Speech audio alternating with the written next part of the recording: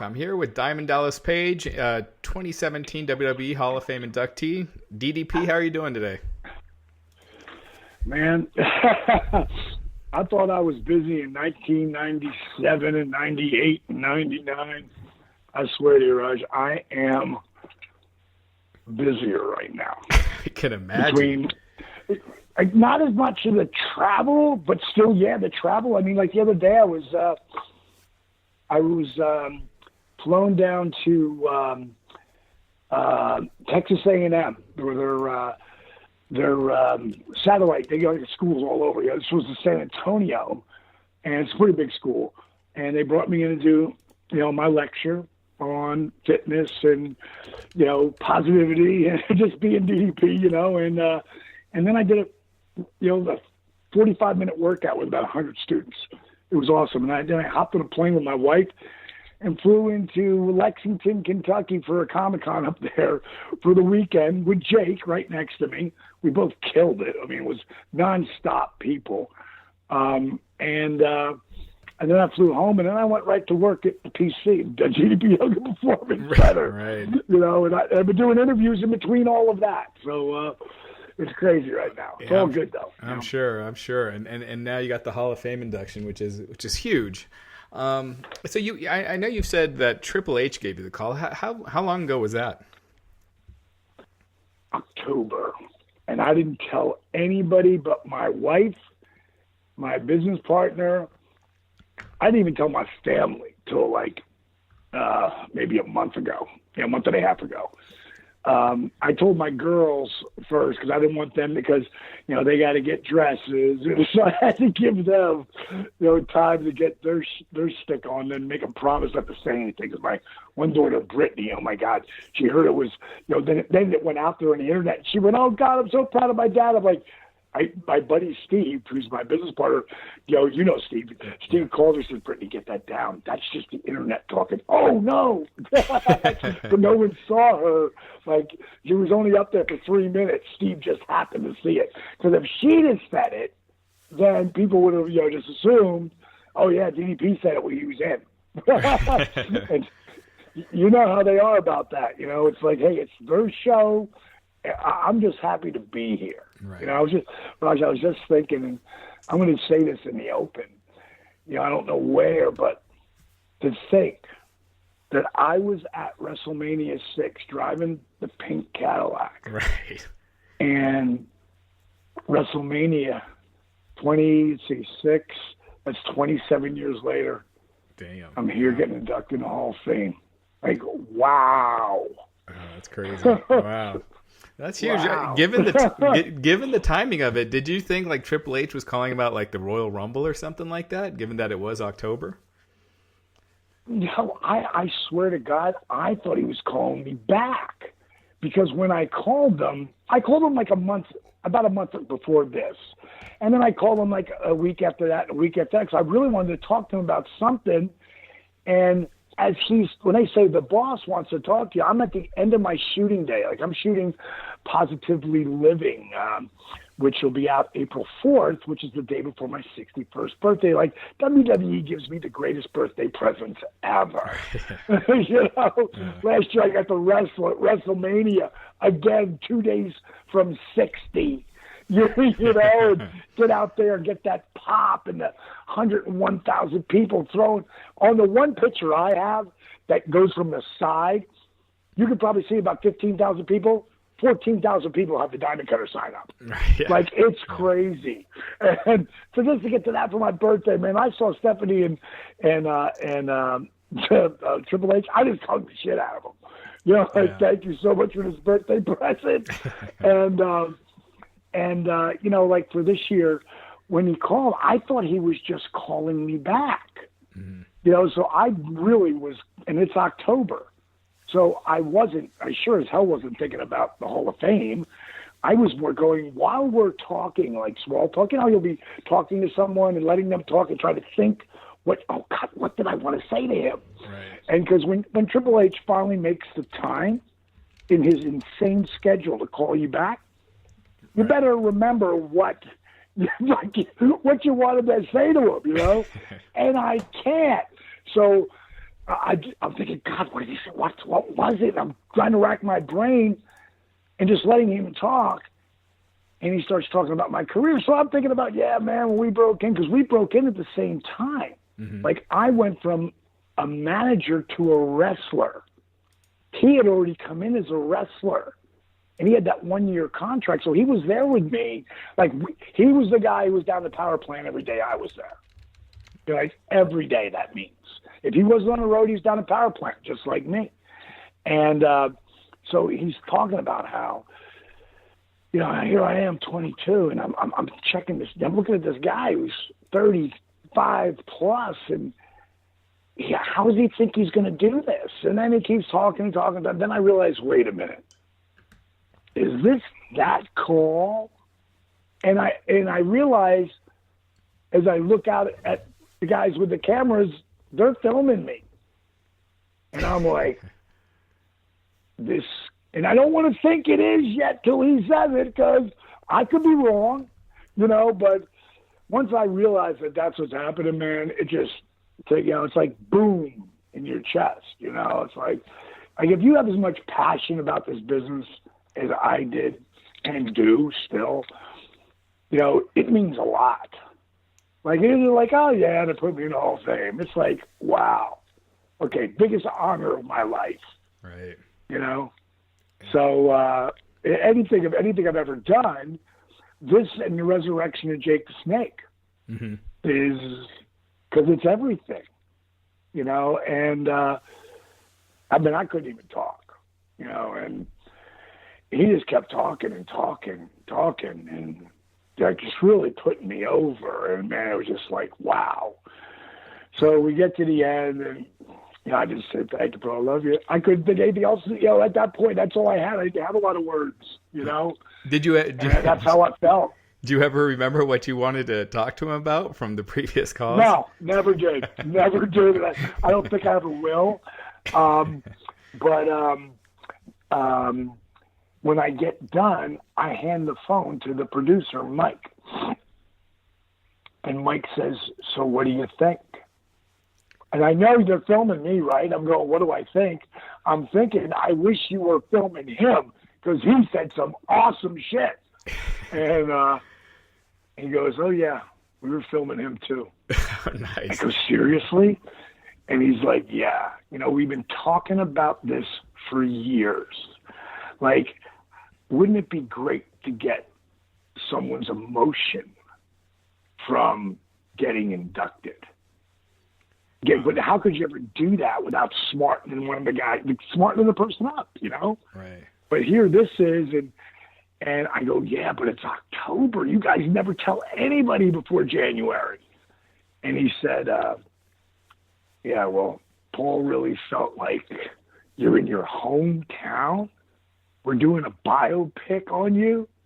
Well, let's let him feel it all, because he's going in the Hall of Fame. Man. And man, that was like, wow. So what Mike told me was, and I've seen it, and it's amazing. Like, they don't have the whole conversation, but they put the pieces that mattered in there, and it ends my biopic. Okay, so I was about to ask that, because that comes out April 4th, you said. So yeah. Would your induction not be in the DVD, or, I mean, because the induction won't. The induction won't, but he's finding out about it. Right. And yeah, they had to. No, dude. I mean, and I've seen it, and there's certain things, and you know, I never think of myself as a perfectionist, but I am. I mean, it doesn't have to be perfect, but it's got to be the best that I can do. And that's all I really give a shit about. Okay? Like, I couldn't do it any better than that. You know, I'm not, you know, if it's one of my acting roles, like, I'm not Pacino, you know, but that was pretty damn good right there, you know, especially for me, you know. So that's really what I care about. Did I do the best that I could do? And I watched the whole thing. There's nothing I would take out. And then there was stories like, like they ask you a million stories. You film for hours. You're going to use so much of each piece, you know. But they did something this year that I don't know has ever been done before. Like, I've gotten everybody's DVDs, and I've seen the biopics, and I've seen their wrestling stuff. I've never seen another section on the DVD that's DDP stories. Huh. And, like, there's, like, 12 of them. And it's everything from Dallas's Girls, which is how my daughters come into my life, all of them. And it's Goldberg and behind the scenes and what we did with that, and Jay Leno and train hopping. Like they love this story about when I was in my teens and, you know, used to go train hopping and what happened this one night. So, like, that's another piece to the puzzle, you know, and it's really, I mean, again, I couldn't be any happier, man. Just the way they did it, you know, the whole thing. And I talked about this. It never made the DVD, but you know, I didn't have the best time when I came in here that I thought I was going to have. Mm-hmm. You know, but it was what it was, and I totally understand it, and understood what I learned from it. And if I was given the choice to go back in time and start out with People's Champion versus People's Champion and have whatever run my 46-year-old body could have handled, would I go back and do that? Or would I pick the last 6 years of my life, 7 years of my life, from hosting the very best of Nitro 1, mm-hmm. and then I couldn't believe it, but we got 2, and then I was dumbfounded when we got 3. Like, this was a part of WWE ingratiating and welcoming, and even though we'll always still be the, you know, a little bit of the redhead stepchild, mm-hmm. but the brand, you know, bringing him into the family, right, and really doing us justice on that, and then letting me come in, like, you know, they brought me in for a bunch of like old school Raw type things from the 1000th episode, hitting what, you know, Slater with the cutter, you know, letting me come back out in, you know, when it was old school Raw, like when we did the old school Raw, and me and Booker were in the back. I mean, Triple H said to me, "Have fun with it. Get your stuff over. Do that foot over the head thing. That always looks impressive." So that's what I was told. Let's go do what you want to do. Basically, here's a 1.5-minute infomercial for you. Go for it. Mm-hmm. And then Jake coming on that night that nobody knew but about 6 of us that he was going to be there and that was going to happen.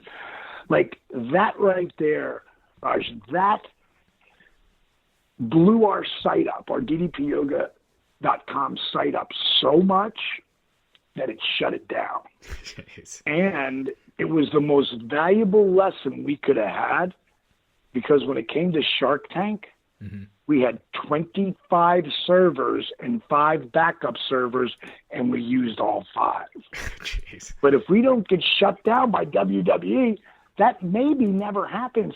And then for them to let me, you know, first of all, bringing Jake and Scott in to the Hall of Fame, knowing they've been with me the whole time, you know, and bringing those guys in on my birthday, allowing me to induct them. And it's funny because so many people are like, you know, who do you want to induct you?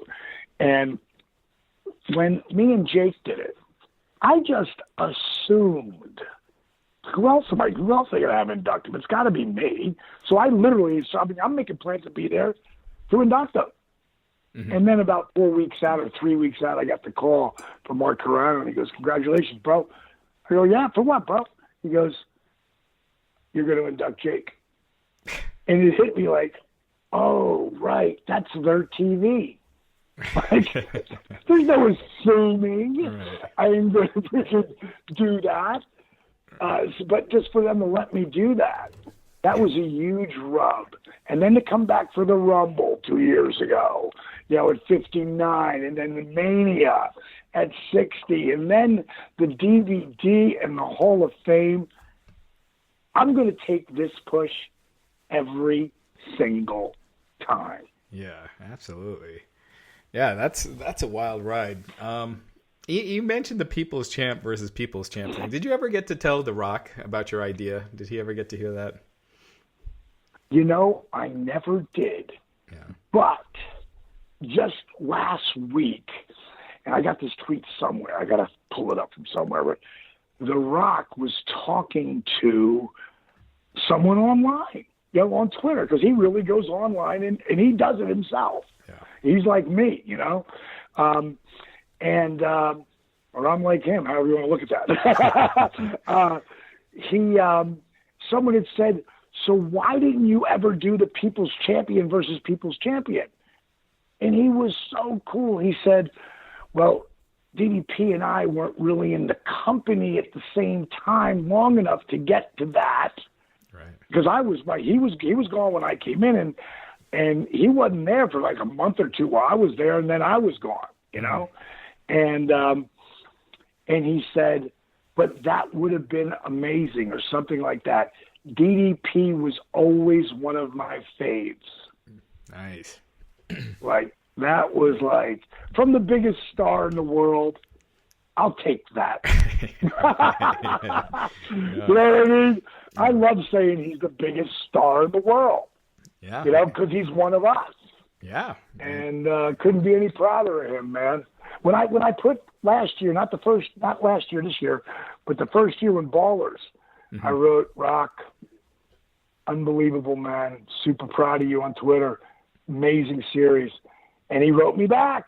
Yeah. Go live, man. Love what you're doing, too. Nice. That's awesome. Yeah. So, pretty cool, Yeah, and it is cool. You'll see him from time to time tweeting, up and coming guys too, and things like that, which is kind of neat. I did want to ask you, with the Hall of Fame class this year, it's yourself, the Rock and Roll Express, Kurt Angle, Rick Rude. It feels like the Hall of Fame is a lot more complete now. Every year you'd hear, oh, so and so should be in, so and so should be in, and obviously there's some names like the Bulldog and Owen, Miss Elizabeth, and some people, right. but it's getting there. Who are some names that you'd like to see, like next year? Leon, for one. Yeah. Vader. Love to see him. And, I think Eric Bischoff has a spot there. I would love to see Owen. I don't know. There's got to be some reason, right. Because the family has to agree to. You know what I mean? So I don't know. But, I mean, Owen's Owen, man. Yeah. So Miss Elizabeth, I don't know why, but, to me, here's what I used to say, what people used to say to me. Man, I can't believe you're not in the Hall of Fame yet, man. They're really screwing you. I'm like, hey, listen, let me just tell you, Macho Man ain't in yet, Jake ain't in yet, and Michael P.S. Hayes ain't in yet. Right. I go, when those guys are in, hey, maybe it'll be my turn. Yes, went in last year, so, to me, I'm just grateful to be there. I always felt like I would get there. I didn't know when, I didn't know when. And I wouldn't say didn't care, because that surely is not true.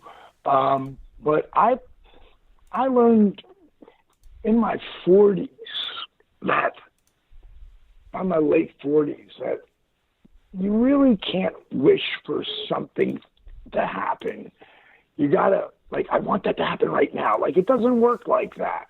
And I learned that.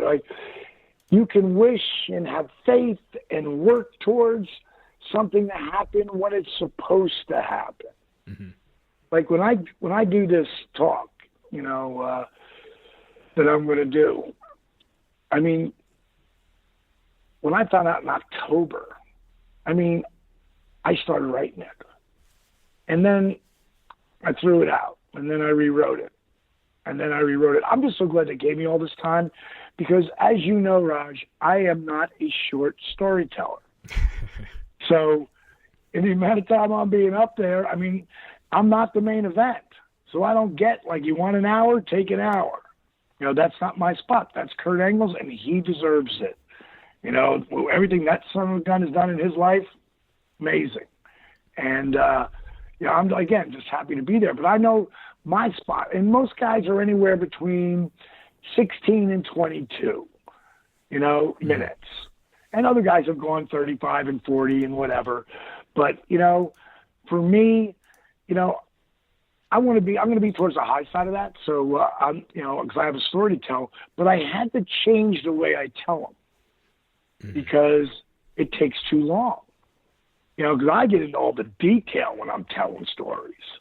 So now you got to get right to that pop because, you know, people might, I'm sure people are going to bust my chops after I get done. I call it the thank you speech, you know, because I got a lot of people to thank.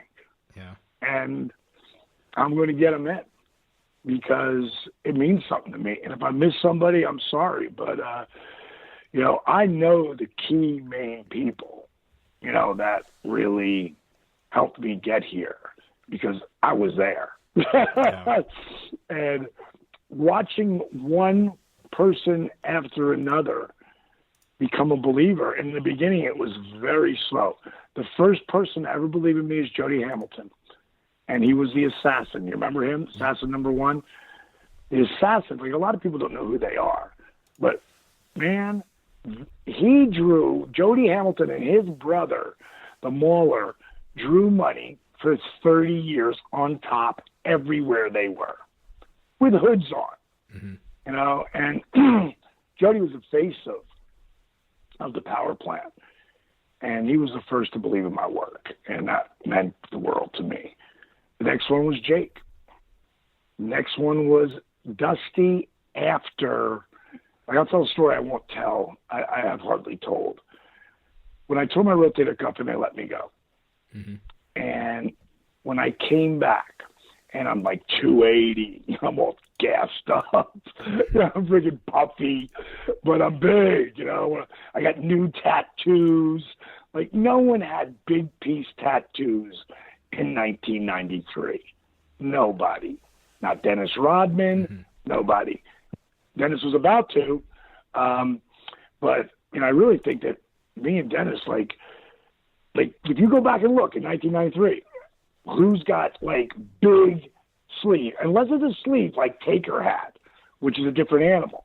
I'm talking about big tattoos. You know, I had them.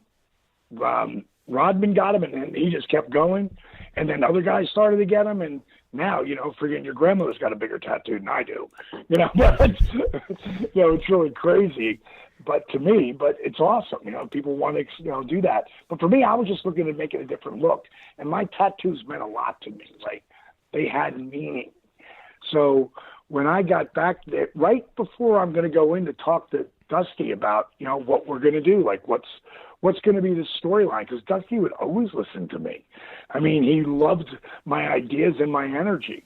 That's why he did what he did with me in Florida Championship Wrestling and then bringing me in as the manager and everything that he did with me. And so the day before, I'd gone down to power plant because Jody would let me go to power plant anytime I wanted, and whether I was working for a company or not. And when I got there, Dusty was there, which I had never seen him there. And he asked me to get in the ring with this kid he was looking at, wanted to see, you know, how his moves were, how he moved around the ring, blah, blah, blah. So I jump in the ring with him. For about 20 minutes. Eventually, Dust was done, and we had like 3 rings down there. So I just jump in another ring. And I'd go over and jump in another ring. Then I'd run guys in and out of my ring. And the next day, when we had our meeting, we caught up with our, you know, just small talk, because we hadn't talked in a while besides just the day before. And he said to me, he said, you know, D, I know you've always seen yourself as this main event player in our business. And he said, I got to be honest with you. I've never seen it until yesterday. Wow. And then, yeah. And because I had gone to him 2 different times about me wrestling. Once in Florida Championship Wrestling and once in WCW before they had finally, let me go as the manager. And no, D, you're going to be a fire-breathing dragon manager. You're going to be the greatest manager of all time. That's the kind of shit he would say to me, Yeah. And, I thought, in Florida Championship Wrestling, I was like, what if I did something like Michael P.S. Hayes does? Like where he works, but he also manages and talks. And, I could be a character like that. No, D. So for me to finally get his, and I blew his mind on every level. Like, I'll never forget after the Johnny B. Bad feud. I'd gone over to his house at Christmas time, and I'd always get him cigars, like the best cigars. And brought a case of beer with me. And we sat around drinking it. I'll never forget him getting up and getting something. And I said, so what do I do from here? And he says, I don't even know how the hell you got here. He goes, you just got to keep doing whatever the fuck it is you're doing. But it's the way he said it, like, I don't even know how the hell you got here. That's great. Oh God. And I will be doing some Dusty. Nice. Because he will be channeling me that night. I've done it, I keep doing it, and I keep doing it, and I'll probably do it a million times before I walk out there, and then I'll just have my slide notes so I know where I'm going. But, the biggest part for me is trying to get through it and not get too emotional, because it's going to be, it's going to be emotional, man, Sure. Yeah. Well, Scott Hall said to me, he said, dude, I got up there, and my heart started pounding, and not because he's afraid to be in front of people, Right. We all know that. He loves it, but, he said it's different. And I'm so glad that I've had, introducing Jake at the CAC. Mm-hmm. You can't really hear what I say in the movie because I say it so fast, but I said, and I'm choked up. I'm like, I didn't realize how, I didn't realize how emotional I'd be. It's something like that. But I said it in a squeaky voice because I couldn't even say it whoa, just introducing Jake, and I talked for, about 6-7 minutes on him. And that one made me feel like I knew what I needed to do for the next one, for it to be killer. And I thought my induction speech at him was awesome. Yeah. I was really happy with it. And then when I got inducted in the CAC, I didn't get inducted in one. I got inducted, on their 50th anniversary, they inducted me as a wrestler and as a humanitarian. And I had all these, notes on my pad and stuff. And at some point I just let it go because I hadn't studied it enough to do it. And the beginning of it sucked. It didn't suck. It just, I sucked because I wasn't on track what I wanted to say. Yeah. And then I said, screw it. And I winged it. Which I can wing shit all night long. Yeah. But I don't want to do that for that because there's certain people that I want to thank. Yeah. So. I did want to ask you too, Hall of Fame. I think it's genius that they did it the WrestleMania weekend to make it. That whole week is such an event now. And now this year WrestleMania. Oh God, yeah. Yeah, and Goldberg versus Brock Lesnar's main event of this year's WrestleMania. I think if you ask wrestling fans Goldberg's best match ever, they would say his match with you at Halloween Havoc 1998. And I was one of the ones watching that match when the pay-per-view cut off, right as you guys locked up. When you found out that, after that amazing match you guys had, the main event, when did you find out that a lot of people didn't get to see it? And I know they played it the next night on Nitro, but before they made that decision, what was your thought that a lot of people just missed out on, one of the best matches of your career? Yeah, it really is too. And because as much as Mark Madden doesn't like me still for whatever reason, he put that match. I guess I don't know. I always hear he's talking shit about me. Like, I don't have it. It didn't. It's irrelevant. Yeah. Only reason I bring it up because he really put that match over big time. Mm-hmm. Like he wrote that he suspended belief, and it was. It was like, wow, these guys are really going at it. This really means something, And Goldie was firing on all cylinders, that night, and that match. I had seen the spear, and I knew he had broken Big Show's sternum, cracked his sternum. So when Goldie would come at me for that spear, I would be gone. Like, meaning I called myself a napkin. Like, when he hit me, it would be like hitting a napkin. Because I'm going to be gone. You're not going to have to spear my ass. I'll be at the mat before you are. And it took me 3 weeks to talk him in to missing the first spear. And it really, that didn't fly for him. Like that, even when it was happening, if you look at him coming at me for the spear, mm-hmm. I mean, he misses me by fractions of an inch. Like, he said, okay, you can get out of the way, but let's see you. And then he overprojected and hit his shoulder really hard into the post, like a shoot for real. So when he finally did spear me, again, I'm a napkin. So he's literally spearing, coming 100 miles an hour, driving his shoulder and his head forward. Well, his head was the first thing to hit the ring, not me, because I was like a napkin. And he's carrying me, and he hits. And if he doesn't have those use traps, he might be a quadriplegic today. Jeez. Because, he hit so hard. Now, he's unconscious. Mm-hmm. And I know when he goes to pick me up, I'm going to drop behind. But if you remember, he picks me up, and he puts me down. Like he's selling his ass off. Goldberg never sold, mm-hmm. right? Not like that. And with one arm, he picks me up. I drop behind. Bang. Now, I know he's kicking out, but I'm going to take my time getting there. Because again, I know he's kicking out.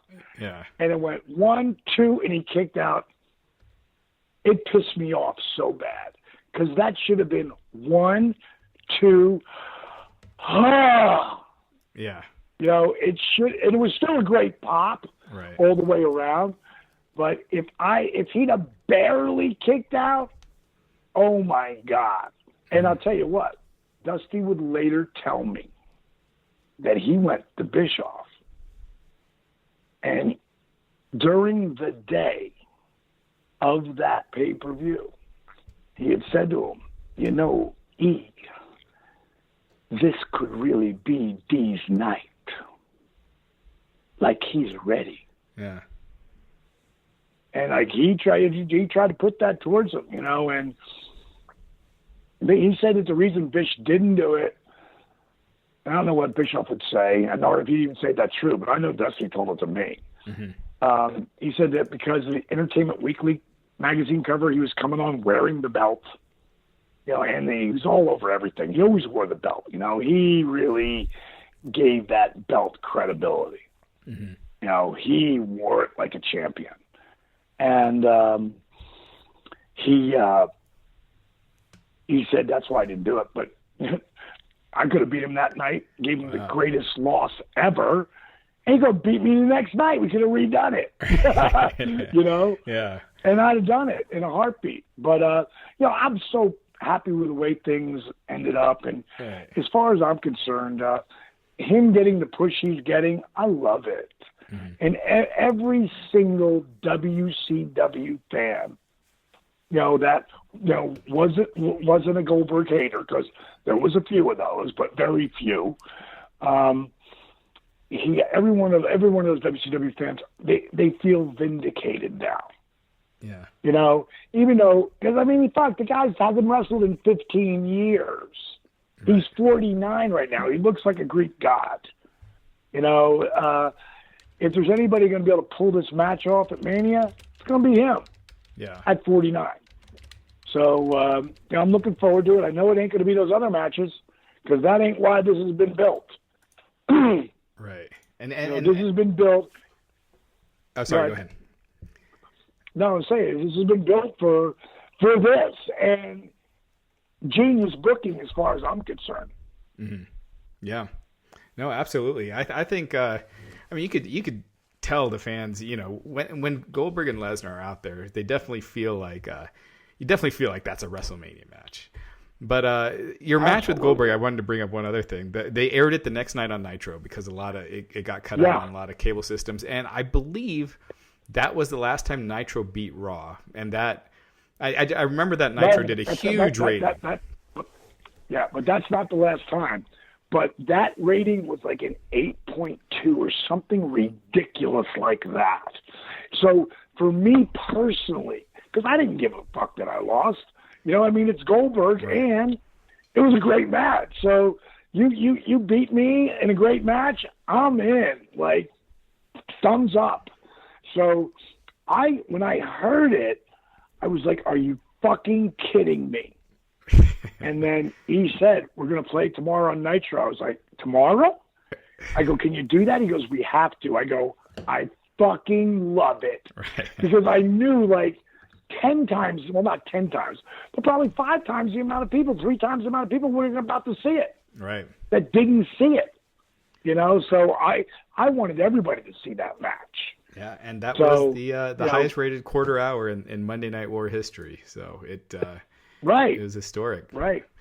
Let me tell you what let me tell you what the last quarter hour, because nobody followed that shit like Bischoff, obviously, right? Yeah. So I always knew. And the last quarter hour, and Dusty came up, even though Dusty wasn't on the committee, Dusty still had Eric's ear always. Mm-hmm. And he was like the Godfather. Dusty, yeah. He was like a consigliere for Bish, and he said, so what if D loses the match in the first quarter hour, and then wins it again at the end of the night? Oh wow! Never been done. So the first quarter hour at 9:00. I lost to Sting, but it wasn't just like a loss. I think it's the best. And show me a better one, that is a better match than me and Sting with everything involved. Like what happened, what made the match so unbelievable is we were told we had 15 minutes. And going into the last minute, now we're going home. Mm-hmm. The ref, who I think was Randy, I can't remember who, Pee-wee, I think it was Pee-wee. Whoever it was said, maybe it was Charles, or it's Charles. Either way, he said, you got 5 more minutes. What? They got 5 more minutes. They need to add 5 more minutes. I go, now?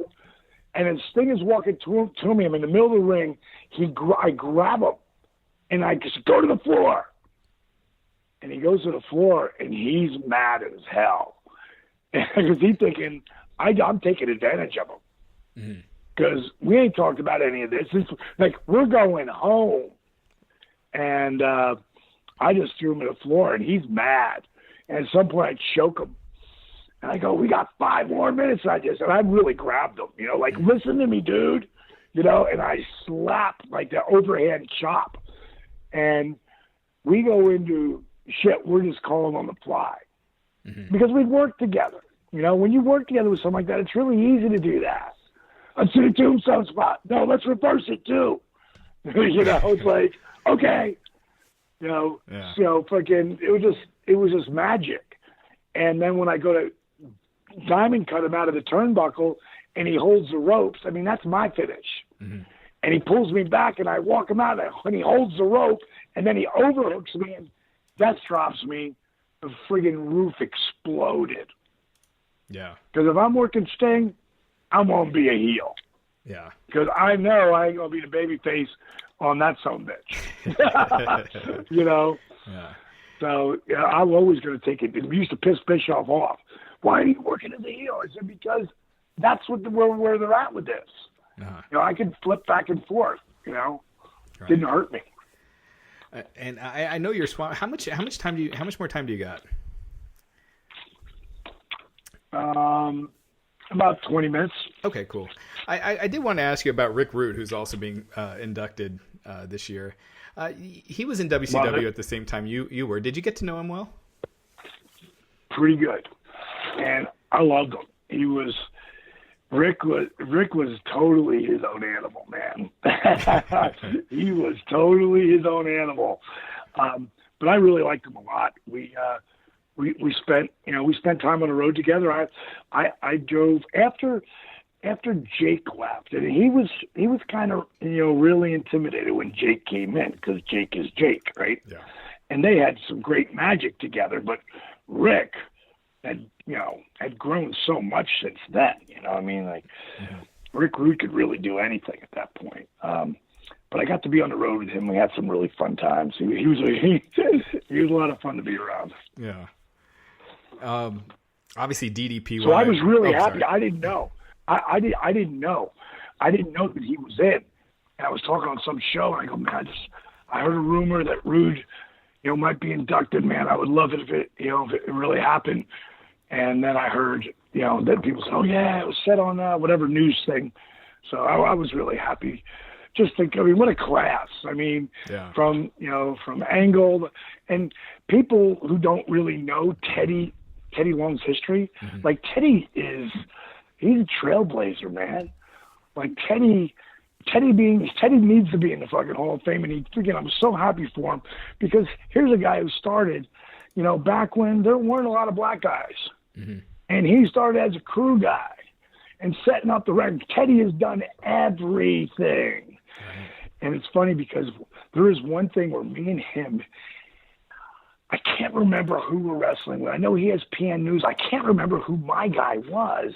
But we had a tag team match, and me and him as managers are wrestling. And he's got this like aviator cap on his head, like the old 40s Flyers, He's got that on his head. And, it was I just loved him. I loved him, and I was so happy for him, and super happy for rock and roll. Yeah. I mean, because a lot of people who are fans, they don't know those guys, but oh my God, they weren't just over. They were the fucking Beatles. Mm-hmm. Right. When they were over huge. And Ricky Morton, man, he's gonna freaking kill it when he gets up there to talk. I just can't imagine him not killing it. Yeah, it's an amazing class, and obviously a huge congrats, for being a part of that. I did want to ask you about DDPY as well, because I know it's exploded over the years. Is there ever any pressure almost? Because now you hear so many times where guys are like, oh, well, maybe I need to send this guy to DDP, or, I told this guy to go to DDP. That you are now kind of like the go-to guy a lot of times for guys that are dealing with issues. Does that ever get tough? Not really. For me personally, I work with so many people and so many different kinds of people. Like I just met and instant buddies with Theo Rossi. Did you watch Sons of Anarchy? No, I haven't seen that. Okay, well, he was one of the characters on there, and he was amazing. He's an amazing actor. And while we're talking, and I'm like, let's get a workout tomorrow. He goes, I work out at 7:00. Like everybody knows, 7:00 for me is unheard of. But I got up at 7:30, and we did an hour workout, and he loved it. And I told him about, he's seen it all. He'd seen, Resurrection. He'd seen Arthur's video. He'd seen it all. And his best friend is a big guy. He's like 370 pounds, and he's, he wears it well. He's one of those guys. He's big his whole life, and just really wanted to help him out. So I reached out to him, and I I hope I send everybody who I work with now, if they're really big or really beat up, what I call the list.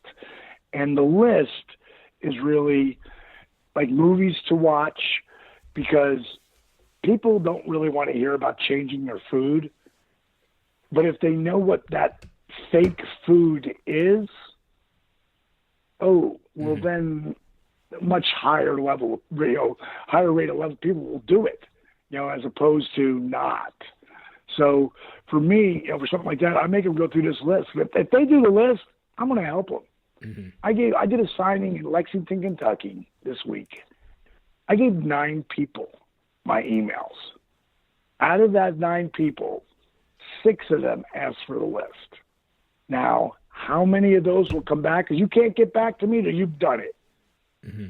And I know whether you've done it, because when I call you, I'm going to ask you certain questions. You don't know the answers, that means you didn't do it, and that's it. But everybody pretty much knows it, and everybody's really respectful. Yeah. They don't want to bother me. And it's like, hey, they know how busy I am, but if someone's putting the work in, I got the time. I got a guy who started last year on March 13th. He's a correction officer. He's 455 pounds. And he got a hold of me when he was down like 80 online. And he came by the PC when he was down 110. He drove like 4 hours in. He showed up in Lexington on the anniversary of the day he started. I was doing like a talk at the Comic-Con about DDP yoga, because that's what they wanted me to do. And it was like 100 plus people in there, which is great for any of those rooms. And Brian was with me. He came, he showed up again the second day. And I had him tell a story. He's down in 1 year, 183 pounds. And the funniest part, DDP Yoga was never a weight loss program. That's just an awesome side effect. Mm-hmm. It's there to help heal people. Like, look at Chris Jericho. I don't know. When I go to Mania, obviously I want to be all around all those young guys who I haven't seen yet. It's like, if you're not doing DDP Yoga 3 days a week, what are you thinking? Right. Look at Jericho, okay? Yeah. Does one thing, doesn't miss. Yeah. And he only does it about 3 days a week now. That's all he needs to. Mm-hmm. And I don't know how, because I watch those matches, I'm like, oh my God. Like, I get sore watching his matches. But, Jericho will probably go as long as he wants. He might go into his 50s because he looks great. And he's Chris Jericho. He's the best Chris Jericho maybe ever, Right, yeah. Yeah, it's wild. And here he is all these years later, in one of the top matches at WrestleMania. Have you been paying much attention to the current product? Oh, yeah, on and off, on and off. I'll tell you, I'm blown away more than anything is the girls. Yeah. I mean, I walked up to Charlotte last year and I said, girl, you're going to change the face. You are really going to take this women's to a whole different level. I would love to have seen Charlotte and Medusa in her prime. Oh, wow. Oh, my God. That would have been unbelievable. But Becky and friggin', Sasha and all, I mean, they're really good. And who's really stepped up her game and got really good is Nikki Bella. Mm-hmm. Wow. I love watching the girls because they've got so much heart and drive, and they want to be the best they can be. You know what I just watched yesterday, and it's on YouTube, Fighting with My Family. Have you seen that? Yeah, with Paige's family. Yeah, one of them. When I met Paige down there, and I was there to do the DDP workshop for the guys, and later on that night, I went to the show and I'm watching her in the ring, and I'm like, how is this little girl this great? Mm-hmm. Yeah. Then I saw then I saw the movie last night, and now I know why she was so great. She's been wrestling, since she was 7 or whatever. Right, yeah. Did you hear that? She's unbelievable. Did you hear the Rock's company? They're making a big feature movie out of that. Yeah. Yes, I heard that Vince Vaughn is playing like a Jake Roberts character or something. Yeah, exactly. I'm not exactly sure what his role is, but yeah, it's that movie's going mainstream. But The Rock, you gotta love him, man. Yeah, you gotta love him. Yeah, no kidding. Well, Dallas, as always, man, it was great talking to you, and congratulations. Thanks for taking the time. I know you're just swamped right now, but man, what an exciting few weeks, and what an exciting weekend that's going to be. Yeah, it's going to be amazing, man. I have like so many people coming. It's like, the WWE was super kind to me to give me so I could take care of my, my friends and my close family and, my close friends. And then there's just a lot of people, like my crew's coming down there, and I know there's going to be a ton of DDP yoga people, that's going to come from all over the world. Right. It's really going to be pretty amazing, man. I'm looking forward to it, and I'm just, I know that it's going to, have a super high, and then, then everything will just, fall out a little bit, which will be good, because I will let you know probably hopefully before May, I might have this thing that might be on Netflix that will be unbelievable. And it has nothing to do with DDP yoga. It has nothing to do with wrestling and, or anyone who was ever in wrestling. But it's pretty amazing thing. And I'll smarten you up as we move forward. So just touch base with me once in a while. When we get off the air, I'll tell you what it is. All right. Sounds good. Yeah. I'm looking forward to it. All right. Well, thanks a lot. I'm going to go ahead and stop recording here.